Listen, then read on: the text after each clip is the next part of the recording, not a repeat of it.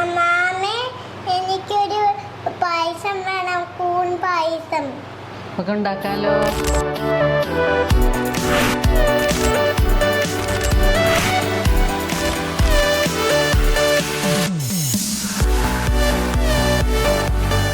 പായസം ഓണക്കാലത്ത് ഒഴിച്ചുകൂടാൻ പറ്റാത്ത ഒരു വിഭവമാണല്ലോ. അപ്പോൾ നമുക്ക് ഈ ഓണക്കാലത്തും ഒരു സ്പെഷ്യൽ പായസം ഉണ്ടാക്കാം. അപ്പോൾ എന്ത് വെറൈറ്റി പായസം നമുക്ക് ഇപ്രാവശ്യം ഉണ്ടാക്കാൻ പറ്റും?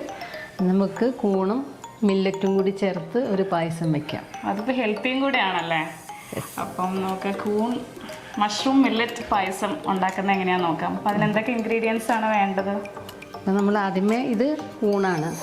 കൂണ് നമ്മൾ വേവിച്ച് അത് ബട്ടറിൽ സോട്ട് ചെയ്ത് കൊണ്ട് ഉണ്ടാക്കിയിരിക്കുന്നതാണ്. പിന്നെ എത്ര നേരം ഇത് സോട്ട് ചെയ്യണം?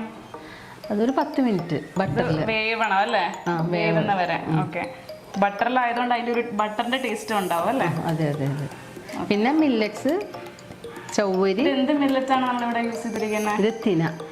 തിന. Okay okay. പിന്നെ ചൗവരി, പഞ്ചസാര, നെയ്യ്, കാഷ്നട്ട്, കിസ്മിസ്, പിന്നെ അതിലൊരു ഫ്ലേവറിന് വേണ്ടി അല്പം ഏലക്കപ്പൊടി, പിന്നെ പാല്. അപ്പോൾ നമ്മളിത് മിൽക്ക് മെയ്ഡും ഉണ്ടല്ലേ? മിൽക്ക് മെയ്ഡ് ചേർക്കും. Okay okay. നമുക്ക് തുടങ്ങാമല്ലേ? തുടങ്ങാം. നമുക്ക് ആദ്യമേ തന്നെ പഞ്ചസാര ഒന്ന് കാരമലൈസ് ചെയ്തെടുക്കാം. ഓക്കെ. കാരമലൈസ് എന്ന് പറഞ്ഞാൽ നമ്മളത് ആ ഒരു ബ്രൗൺ ഷെയ്ഡിലേക്ക് കരിച്ച് കൊണ്ടുവരണം അല്ലേ പഞ്ചസാരേനെ?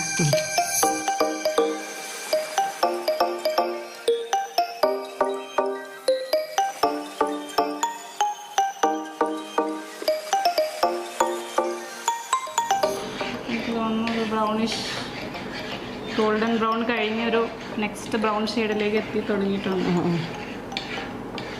അതെ. അല്പം ഗീ ഒഴിക്കുകയാണ്.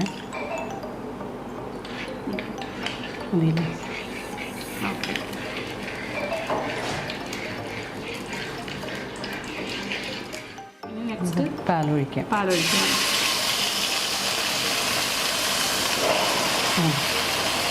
ഓക്കെ.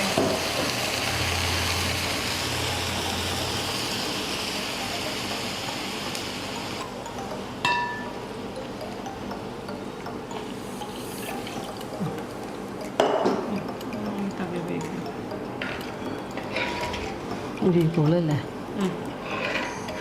അപ്പോൾ ഇപ്പം നല്ല കട്ട പിടിച്ചിരിക്കുകയാണ്. പക്ഷെ ഇത് ചൂടായി കഴിഞ്ഞത് അലുത്തുന്ന ചേർന്നോളൂ അല്ലേ പാലിനോട്? അപ്പം തന്നെ നല്ലൊരു പിങ്കിഷ് ഷെയ്ഡായി നമുക്ക് പാലും.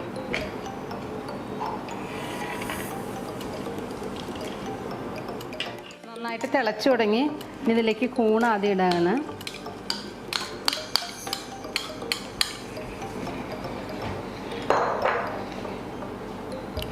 അതിന് ശേഷം തിന,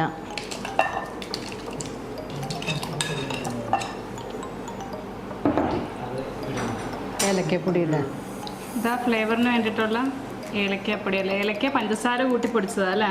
അത് പൊടിയാൻ വേണ്ടി മാത്രം കുറച്ച്. Okay okay okay. ആ ഏലക്കയുടെ നല്ല ഫ്ലേവറൊക്കെ വരുന്നുണ്ട്. നമുക്ക് ഇച്ചിരി നെയ്യിൽ അണ്ടിപ്പരിപ്പും കിസ്മിസും കൂടി വറുത്തിടാം. കാഷ്യൂവും ഇതും നമ്മൾ നെയ്യിലാണല്ലേ വറുത്തിടുന്നത്? വറുത്തിടുന്നത്.